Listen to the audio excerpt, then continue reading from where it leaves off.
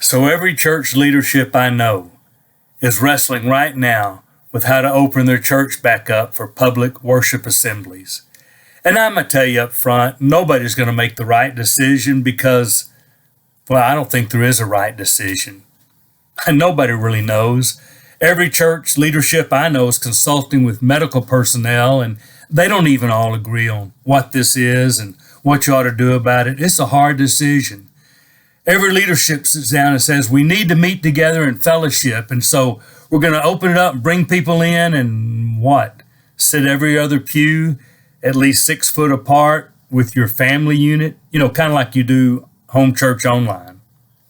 Is that really what we want to do? Yes, but we need to be able to sing together, except singing may make it worse. So we'll sing behind mask but I want to commune together. And so we'll do the Lord's Supper in individual little serving containers and in our family group. And boy, it's hard. It is hard.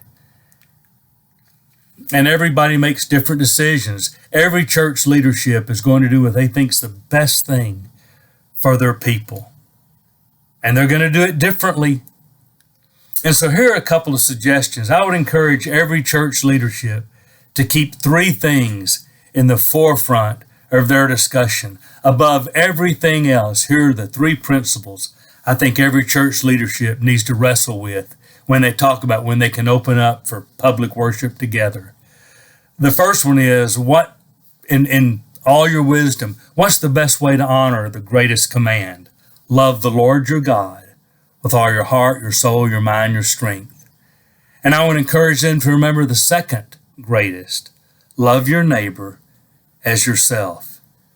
And then I would encourage them to, above all, as they're processing this, behind love God and love your neighbor, how do you make disciples? Those 3 should trump everything. Love God, love your neighbor, make disciples. How do you do that? And it's going to be different for every congregation. So pray for your leadership. If you're a church leader, you have an incredibly heavy burden. I don't know what the answer is, and the truth is, neither do you.